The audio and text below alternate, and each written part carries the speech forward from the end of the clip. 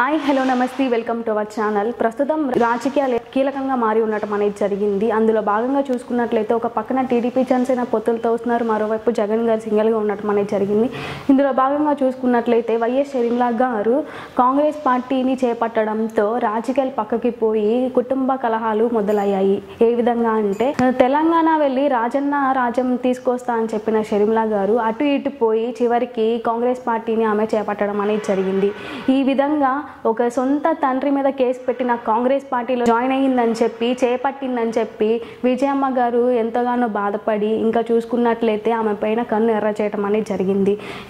ఈ విధంగా చూసుకున్నట్లయితే వ్యతిరేకంగా ఉన్న పార్టీలోకి వెళ్ళి జాయిన్ అవ్వడంతో తెలంగాణలోనే కాదు నేను కాంగ్రెస్ పార్టీకి సపోర్ట్గా ఉండేది, నేను ఆంధ్రాకు కూడా ఆ యొక్క కాంగ్రెస్ పార్టీకి నేను సపోర్ట్గా ఉంటానని చెప్పి పీసీసీ అనే ఒక బాధ్యతని పీసీసీ అనే ఒక పదవితో ఆమె కాంగ్రెస్ పార్టీని ఆంధ్రాకి తీసుకొచ్చి ఆంధ్రాలో పోటీ చేస్తాను, జగన్ మీద నేను ఆంధ్రాలో పోటీ చేస్తానని చెప్పి ఆ యొక్క పార్టీని ఆమె తీసుకురావటం అనేది జరిగింది. ఇంకా చూసుకున్నట్లయితే ఈ విధంగా సొంత వ్యతిరేకత ఉన్న పార్టీలోకి ఆమె వెళ్ళి సొంత తండ్రి మీద కేసు పెట్టిన ఆ యొక్క పార్టీలో జాయిన్ అవ్వటం ద్వారా విజయమ్మ గారికి ఏమాత్రం నచ్చలేదు. మరి చివరికి షర్మిల గారు విజయమ్మకి దూరం అవుతారని చెప్పి ఖాయం అనేది మనకైతే అనిపిస్తుంది స్పష్టంగా. ఇంకా చూసుకున్నట్లయితే ఈమె చేసిన విధానం ఏమాత్రం నచ్చలేదని చెప్పి విజయమ్మ గారు అలాగే వైఎస్ అభిమానులు విస్తుపోయారు. ఇంకా చూసుకున్నట్లయితే ఆమె మాట్లాడే విధానం కూడా ఎవరో స్క్రిప్ట్ రాసి ఇచ్చినట్టుగా ఆ యొక్క స్క్రిప్ట్ రూపంగా మాట్లాడుతున్నారు. ఏ విధంగా అంటే జగన్ గారిని పట్టుకొని జగన్ రెడ్డి అనటము, ప్రతిపక్ష పార్టీ అయిన చంద్రబాబు గారిని పట్టుకొని చంద్రబాబు గారు అని చెప్పి ఆయన అక్కడ సంబోధించడం అనేది జరిగింది. ఈ విధంగా చూసుకున్నట్లయితే ఈ యొక్క స్క్రిప్టులన్నీ సిబిఎన్ ఏబిఎన్ నుంచి వస్తున్నట్లుగా మనకు అర్థం అవ్వట్లేదా?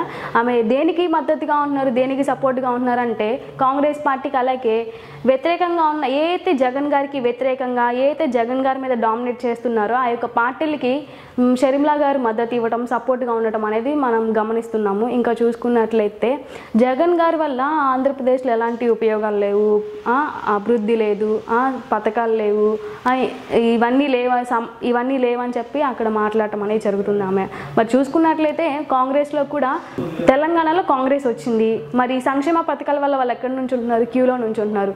మరి ఆ యొక్క దుస్థితి మన ఆంధ్రప్రదేశ్లో మన ముఖ్యమంత్రి వైఎస్ జగన్ గారు అయితే ఏమాత్రం తీసుకురాలేదు. మరి దీనికి మీరు సమాధానం ఇవ్వగలరా?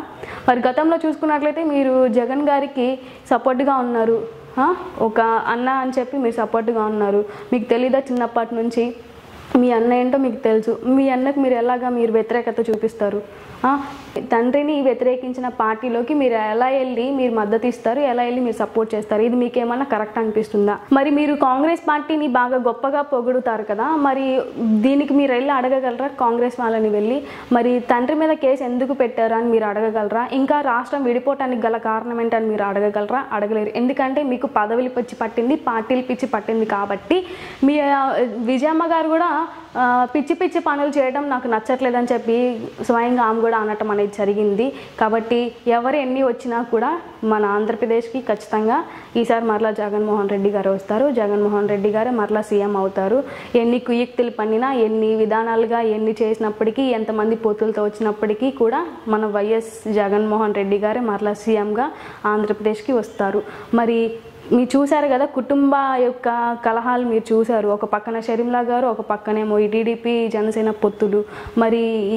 మరి రాష్ట్రంలో ఎన్నికలు అసలు ఏ రకంగా ఉండబోతున్నాయి అనేది మీరు కూడా మాకు కామెంట్ రూపంలో తెలపండి. మరి మా వీడియో మీకు నచ్చినట్లయితే లైక్ చేయండి, షేర్ చేయండి, కామెంట్ చేయండి. మరిన్ని వీడియోల కోసం మా ఛానల్ని సబ్స్క్రైబ్ చేసుకోండి. Thank you.